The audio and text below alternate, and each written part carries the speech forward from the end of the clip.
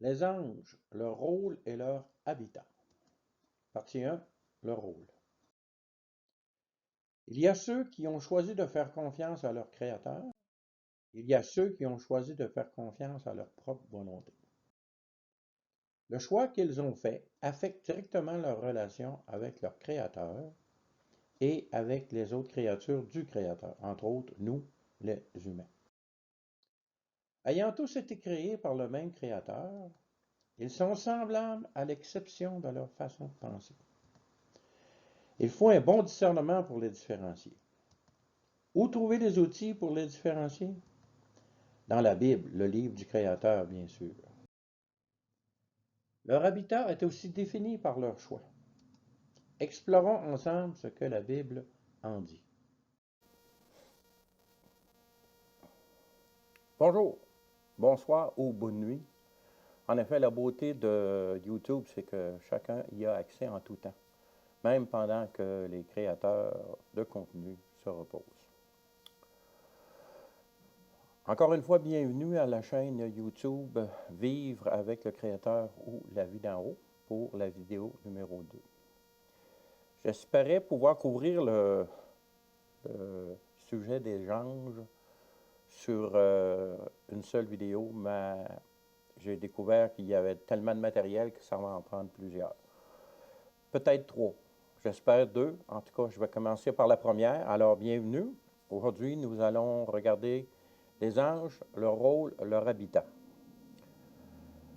Comme il a été mentionné dans la vidéo 1 de cette chaîne, l'univers de Monsieur et Madame Platt, nous regarderons la création des anges aujourd'hui et leur rôle.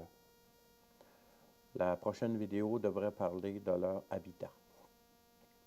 J'avais promis aussi de donner un témoignage d'événements que j'ai vécu personnellement avec les anges. Je vais garder ça pour la fin de ce sujet. Nous utiliserons, en plus de la Bible aujourd'hui, le livre de Jubilé, qui, selon ses propres dires, a été donné à Moïse par l'ange de la présence, relatant l'histoire divisée en tranches de 49 ans plus une année de Jubilé, de la création à l'arrivée de Moïse. Souvenez-vous que ce livre extra-biblique va nous servir à compléter ce que la Bible dit, mais qu'aucun enseignement fondamental pour la foi des enfants de Dieu ne pourra en être tiré. Commençons par ce que la Bible dit au tout début de la création. Notez que tous les passages cités de la Bible sont tirés de la version Louis II 1910, qui est du domaine public maintenant. Personnellement, j'utilise la version second 21. Les unités de mesure y sont plus compréhensibles pour notre temps. Mais je dois régulièrement revenir à la seconde 1910 car c'est avec cette version que j'ai le plus lu et c'est celle qui est principalement présente dans ma mémoire. Donc, commençons par Genèse, le tout début de la Bible, Genèse chapitre 1, versets 1 à 5. Au commencement, Dieu créa les cieux et la terre. La terre était informe et vide. Il y avait des ténèbres à la surface de l'abîme et l'Esprit de Dieu se mouvait au-dessus des eaux. Dieu dit que la lumière soit et la lumière fut. Dieu vit que la lumière était bonne et Dieu sépara la lumière d'avec les ténèbres. Dieu appela la lumière jour et il appela les ténèbres nuit. Ainsi il y eut un soir et il y eut un matin, ce fut le premier jour. Il faut insister sur le verset 1 qui dit au début, au commencement, au début, dépendamment des versions, Dieu créa les cieux et la terre. Dans certaines versions bibliques, des Bibles que nous avons, c'est marqué créa le ciel et la terre. Mais si on se réfère au texte hébreu original, c'est vraiment au pluriel. Donc, on parle les cieux. Une notion importante parce qu'on va voir ça lorsqu'on va parler des différents cieux. Le psaume 33,6 nous dit aussi « Les cieux, pluriel, ont été faits par la parole de l'Éternel », c'est une autre façon d'appeler Dieu, « et toute leur armée par le souffle de sa bouche ». Le mot ici « armée » peut être pris pour chaque item de la création ou chaque personne ou personnage de la création. Dans Job 38, versets 1 à 7, nous pouvons lire « L'Éternel répondit à Job du milieu de la tempête et dit, « Qui est celui qui obscurcit mes desseins par des discours sans intelligence? Saint terrain, comme un vaillant homme, je t'interrogerai et tu m'instruiras. Où étais-tu quand je fondais la terre? Dis-le si tu as de l'intelligence. » Aucun d'entre nous n'était au fondement de la terre. Pour prendre la parole de Dieu pour ce qu'il en dit. Qui en a fixé les dimensions? Le sais-tu? Ou qui a étendu sur elle le cordeau?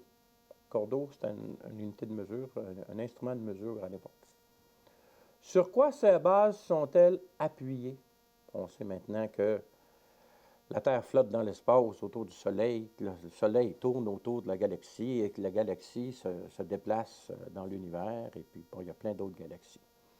Qui en a posé la pierre angulaire? Alors que les étoiles du matin éclataient en chants d'allégresse et que tous les fils de Dieu poussaient des cris de joie. Donc, le passage important ici, c'est « Où étais-tu quand je fondais la terre? » Et qu'à la fin, il dit « Et que tous les fils de Dieu poussaient des cris de joie. » Les fils de Dieu, ici, est une façon utilisée dans la Bible pour nommer les anges. Même des fois, ils sont comparés aux étoiles.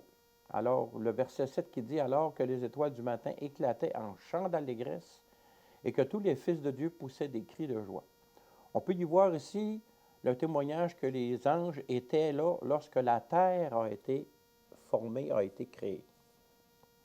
Si on revient au verset 1 de Genèse, chapitre 1, « Au commencement, Dieu créa les cieux et la terre. » Donc, il y a une suite des choses ici.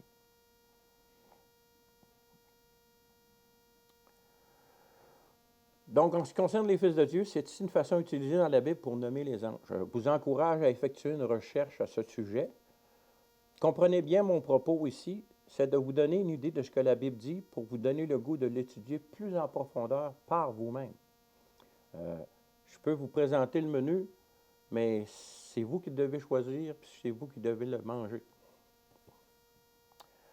Voici ce que nous trouvons dans le livre des Jubilés, ou le livre des secrets des temps. Le passage est tiré de l'édition française, traduite par Yahuda Mankamaha, et j'ai l'édition Kindle. Chapitre 2, versets 1 à 3. On s'entend que c'est un livre extra-biblique, c'est juste un ajout. « Et l'ange de la présence parla à Moïse, suivant la parole du Seigneur, en disant, « Écris l'histoire complète de la Genèse. Comment en 6 jours le Seigneur complétait tous ses travaux et tout ce qu'il avait créé, et garda le repos au 7e jour, pour qu'il consacrât tout sur tous les âges et choisit un signe sur tous ses travaux. » Pourquoi la semaine qu'on a est de 6 jours? Posez-vous la question, c'est un concept universel. Voici, puis jusqu'à maintenant, ce qui est dit, et c'est exactement ce qui est dit dans la Genèse, mais d'une façon différente. Au verset 2, cependant, il est écrit, du chapitre 2 du livre des Jubilés, « Car au premier jour, il créa les cieux, ceux qui sont en haut, et la terre. » Encore là, c'est les cieux. « Et la terre, les eaux, et tous les esprits qui servent en face de lui. Les anges de la présence, les anges de sanctification, les anges de l'esprit des vents et l'ange de l'esprit des nuages. La noirceur de neige, de grêle et de cristal glacé. Et les anges des voix du tonnerre et de l'éclair. Les anges des esprits du froid, du chaud, du printemps, d'automne, d'été, et tous les esprits de ces créatures qui sont dans les cieux et sur la terre.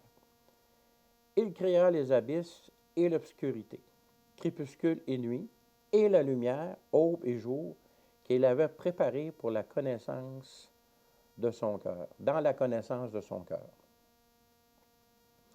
Et nous vîmes alors ses travaux et le louâmes et glorifiâmes devant lui au compte de tous ses travaux, car 7 grands travaux avait-il créés au premier jour. Le nous ici implique, étant donné que le message a été donné par l'ange de la présence, donc ça implique les anges.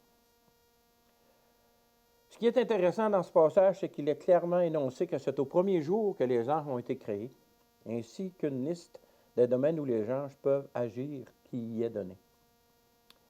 Le passage suivant du livre de l'Apocalypse, qui est tiré de la parole de Dieu, nous confirme que les éléments de la nature peuvent être contrôlés par les anges, comme mentionné dans le livre du Jubilé qu'on vient de lire.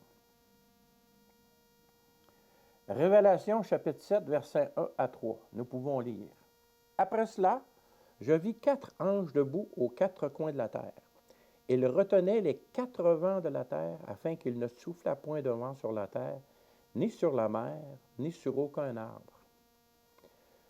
Et je vis un autre ange qui montait du côté du soleil levant et qui tenait le sceau du Dieu vivant. Il cria d'une voix forte aux 4 anges à qui il avait été donné de faire du mal à la terre et à la mer, et il dit, « Ne faites point de mal à la terre, ni à la mer, ni aux arbres, jusqu'à ce que nous ayons marqué du sceau le front des serviteurs de notre Dieu. » Nous voyons dans le verset 2 ici qu'il y a des anges qui ont la possibilité de faire du mal. C'est mentionné, c'est visible dans le texte à qui il avait été donné de faire du mal, nous révélant que le Créateur lui-même limite le mal que leur volonté veulent faire. Le Créateur veut une relation avec ses créatures, comme je l'ai mentionné dans la première vidéo. L'amour ne peut exister sans la liberté. Les anges qui décident de faire confiance à leur propre volonté ont décidé en réalité de manquer d'amour envers leur Créateur. Ils ne croient pas ce qu'il dit. Si vous dites la vérité à quelqu'un et que cette personne-là ne croit pas ce que vous dites, quel sentiment vous avez? Vous savez que c'est vrai, mais la personne qui vous entend ne vous croit pas. Quel sentiment vous vivez? Dieu vit les mêmes sentiments. C'est une tristesse pour lui de savoir qu'on ne croit pas ce qu'il dit, parce qu'il n'y a aucun nombre de mensonges en lui, aucun nombre de méchanceté.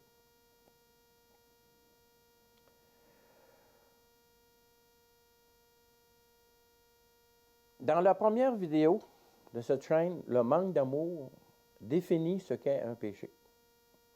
Notre Créateur nous dit dans Romains 6, verset 23, « Car le salaire du péché, c'est la mort, mais le don gratuit de Dieu, c'est la vie éternelle en Jésus-Christ notre Seigneur. » Ne pas croire Dieu mène à la mort, parce que ne pas croire Dieu est un péché. C'est un manque d'amour envers Dieu. C'est pas le prendre pour qui il est vraiment. La vie, la source de toute vie, est en Dieu et dans notre Créateur. Lorsque tu ne crois pas ce qu'il te dit, lorsque tu n'agis pas en conséquence de ce qu'il te dit, ben, tu crées un manque d'amour, donc, ultimement, ça mène à la mort. C'est pas comme ça prend un certain temps, mais c'est graduel. D'où ça a pris 1656 ans de la création du monde ou de la chute dedans, donc de la création du monde, jusqu'au moment où Dieu a dû laisser aller le déluge, parce que la méchanceté des hommes était tellement grande à cette époque-là. Depuis 1656 ans jusqu'à maintenant, l'état de la société est rendu à un point qui ressemble de plus en plus à ce qu'il y avait sur Terre, juste avant que le déluge arrive. Ça devrait nous faire réfléchir. Alors, ce qui concerne le péché, la chute de l'homme, c'est un sujet qu'on va regarder plus tard. On va finir le sujet des anges, après ça, on va parler de l'homme. faut comprendre que la création de Dieu est comme une immense pièce de théâtre où c'est que ce que je veux faire, mon but, moi, c'est d'établir les personnages impliqués. Donc, on a vu que Dieu était le Créateur, qui était saint, 3 fois saint. On va voir qu'il était en dehors de sa création, en dehors des cieux, au pluriel, en dehors de la terre, mais que c'est par sa puissance que tout se maintient. On est en train de voir la deuxième création de Dieu en ce qui concerne la création éternelle, parce que tout ce qui est esprit est éternel, les anges. Et puis ensuite, on va voir l'homme. Et puis on va voir après ça les différents scénarios des événements qui sont arrivés entre le Créateur, les hommes, les anges. La réalité du monde dans lequel on est en vrai. Regardons maintenant ce que la Bible dit de la nature et du rôle des anges, qui ont choisi de faire confiance à leur Créateur. Les versets qui suivent ont été prélevés du Nouveau Testament afin d'avoir une image plus complète de leur activité au service de Dieu. En ce qui concerne ceux qui ont choisi de faire confiance à leur propre volonté, nous y regarderons après. Le mot rôle ici est pris dans le sens d'influence et de fonction dans une société. Donc, le rôle des anges, c'est quelles sont leurs influences et leurs fonctions dans la société.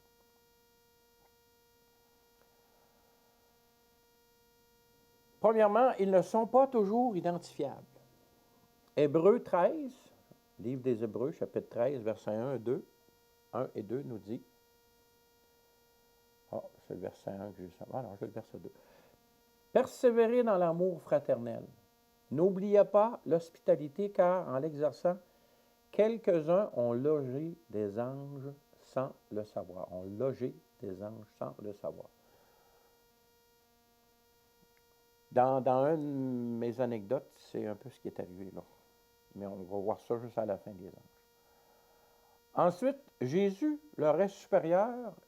Ils sont au service de Dieu et exercent un ministère envers les rachetés.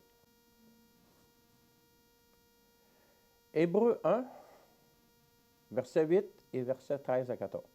Verset 8. Mais il a dit au Fils, ton trône, ô Dieu, est éternel. Le sceptre de ton règne est un sceptre d'équité. Versets 13 et 14. Et auquel des anges a-t-il jamais dit, assieds-toi à ma droite jusqu'à ce que je fasse de tes ennemis ton marchepied? Ne sont-ils pas tous des esprits au service de Dieu, envoyés pour exercer un ministère en faveur de ceux qui doivent hériter du salut? Ceux qui héritent du salut, c'est ceux qui font confiance au Créateur, qui leur donne leur vie, qui acceptent la vie de Jésus-Christ, qui a payé le prix des péchés, de nos péchés sur la croix. Leur ministère peut en être un de délivrance, et même ça peut être surprenant. Dans Actes 12, versets 6 à 11, nous voyons, la nuit qui précéda le jour où Hérode allait le faire comparaître, Pierre, lié de 2 chaînes, dormait entre 2 soldats, et des sentinelles devant la porte gardaient la prison. Et voici un ange du Seigneur survint, et une lumière brilla dans la prison. L'ange réveilla Pierre, en le frappant au côté et en disant, « Lève-toi promptement. » Les chaînes tombèrent de ses mains. Et l'ange lui dit, « Mets ta ceinture et tes sandales. » Et il fit ainsi. L'ange lui dit encore, « Enveloppe-toi de ton manteau et suis-moi. » On peut voir ici que Pierre était supposé comparaître devant Hérode le lendemain et qu'il dormait. Ça vous donne une idée du sentiment de Pierre en ce moment-là. Sa confiance en Dieu l'a sûrement aidé à dormir. Nous qui avons des problèmes et des difficultés, en se confiant en Dieu, ça n'éliminera pas les problèmes et les difficultés, mais ça va nous donner une paix qui va nous permettre de nous reposer. Puis quelqu'un qui est reposé est plus apte à trouver les solutions à ses problèmes que quelqu'un qui manque de sommeil ou qui manque de repos.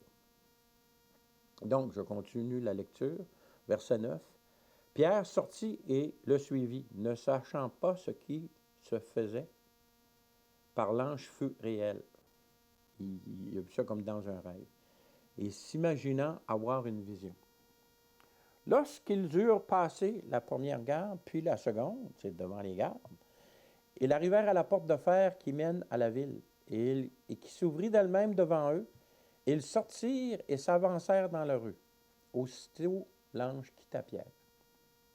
Revenu à lui-même, Pierre dit, « Je vois maintenant d'une manière certaine que le Seigneur a envoyé son ange, qu'il m'a délivré de la main d'Hérode et de tout ce que le peuple juif attendait. » Dans tous les passages que je vous donne, je vous invite, moi, de les prendre en note et puis d'aller lire le contexte, l'histoire, comment est-ce que Pierre a été arrêté, comment est-ce que l'Église priait. Puis si il vous arrive ce qui m'est arrivé à moi lorsque je suis devenu chrétien, lorsque j'ai donné ma vie à mon Créateur par l'œuvre de Jésus. J'étais très, très, très méfiant pour avoir été trompé par la religion,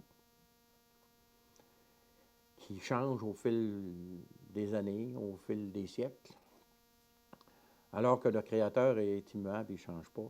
Donc, j'étais très méfiant. Lorsqu'on me parlait de la Bible, j'allais lire, on me disait un passage de la Bible, je commençais toujours un chapitre avant.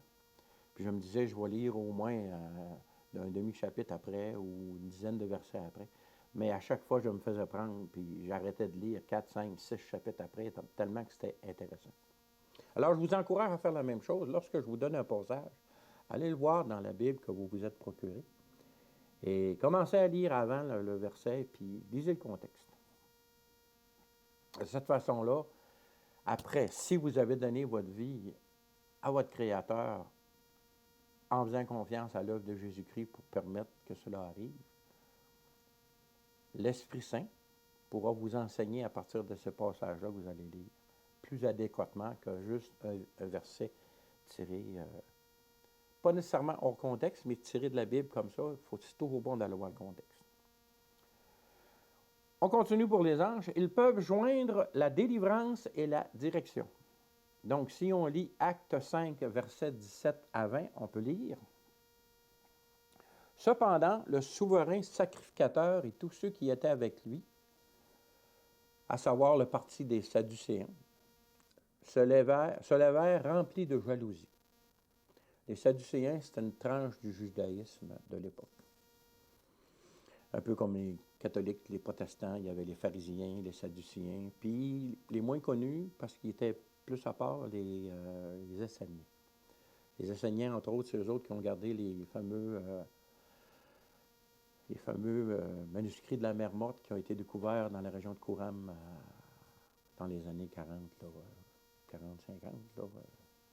en Israël, qui était à l'époque appelée la Palestine encore.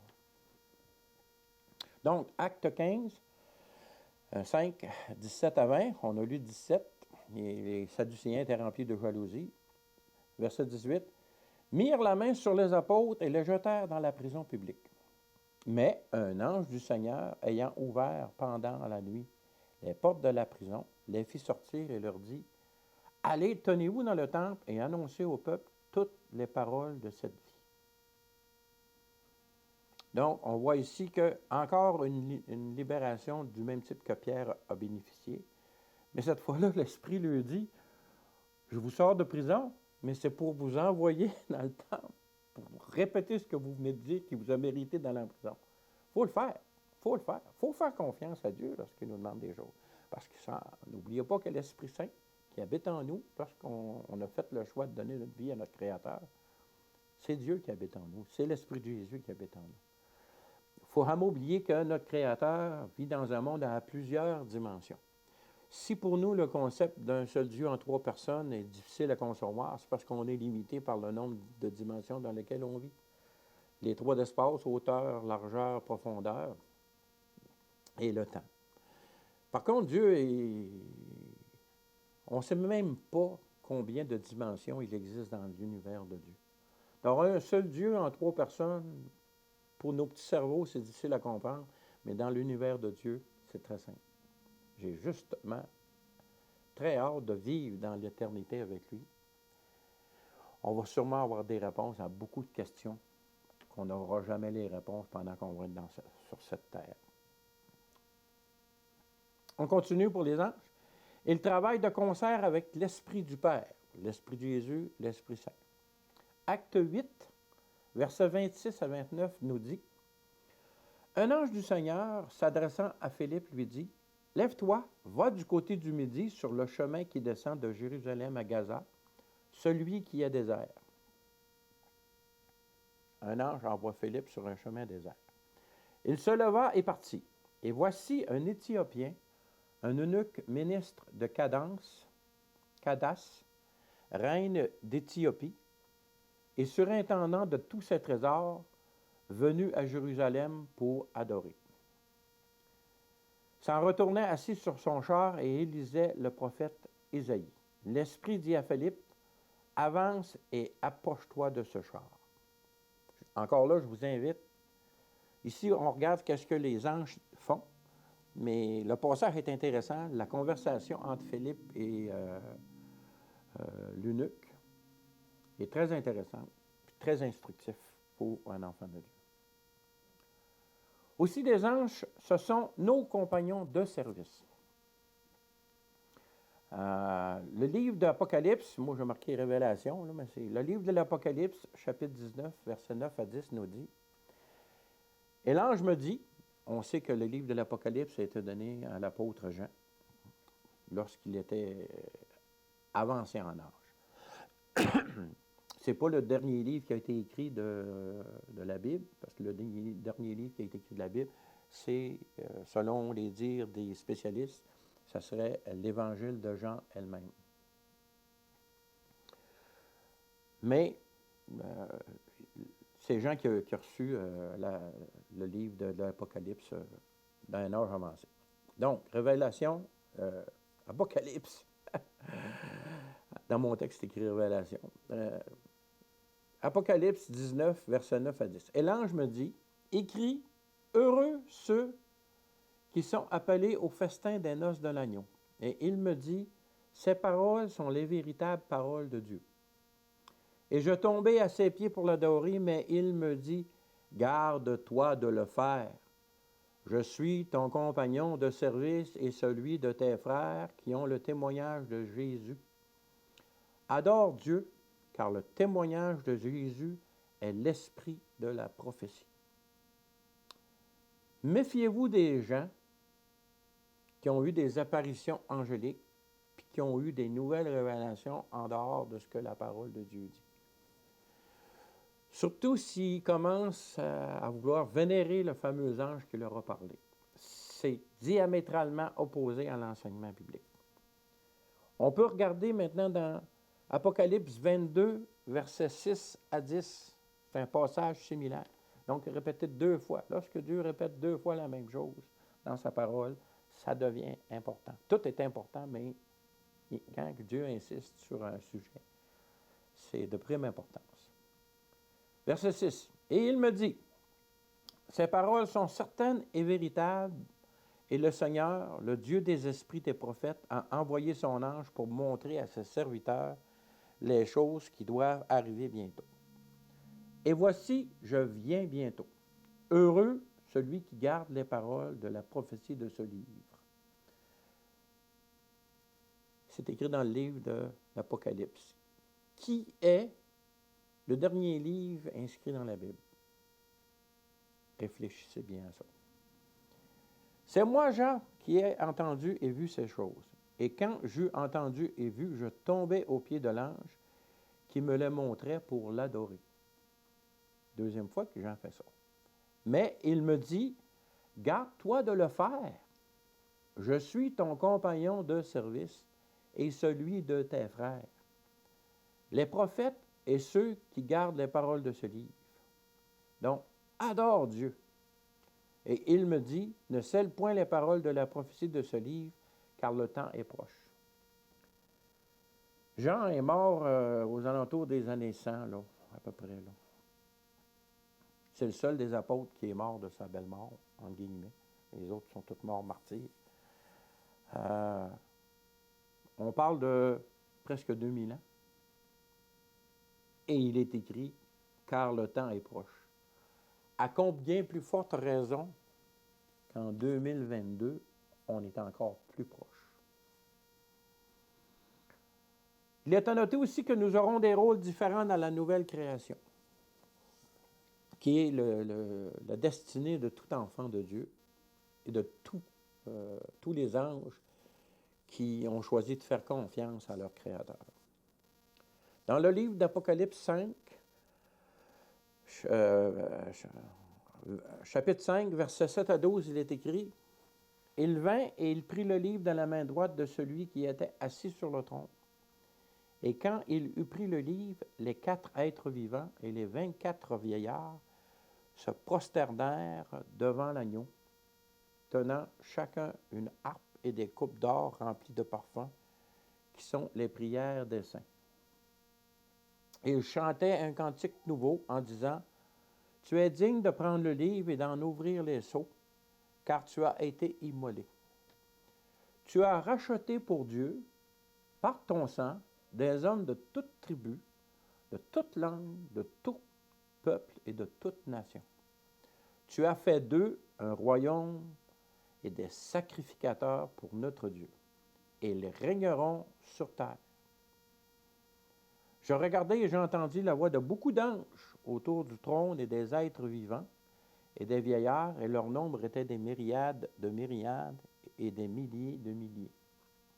Ils disaient d'une voix forte, « L'agneau qui a été immolé est digne de recevoir la puissance, la richesse, la sagesse, je dis bien, la force, l'honneur, la gloire et la louange. »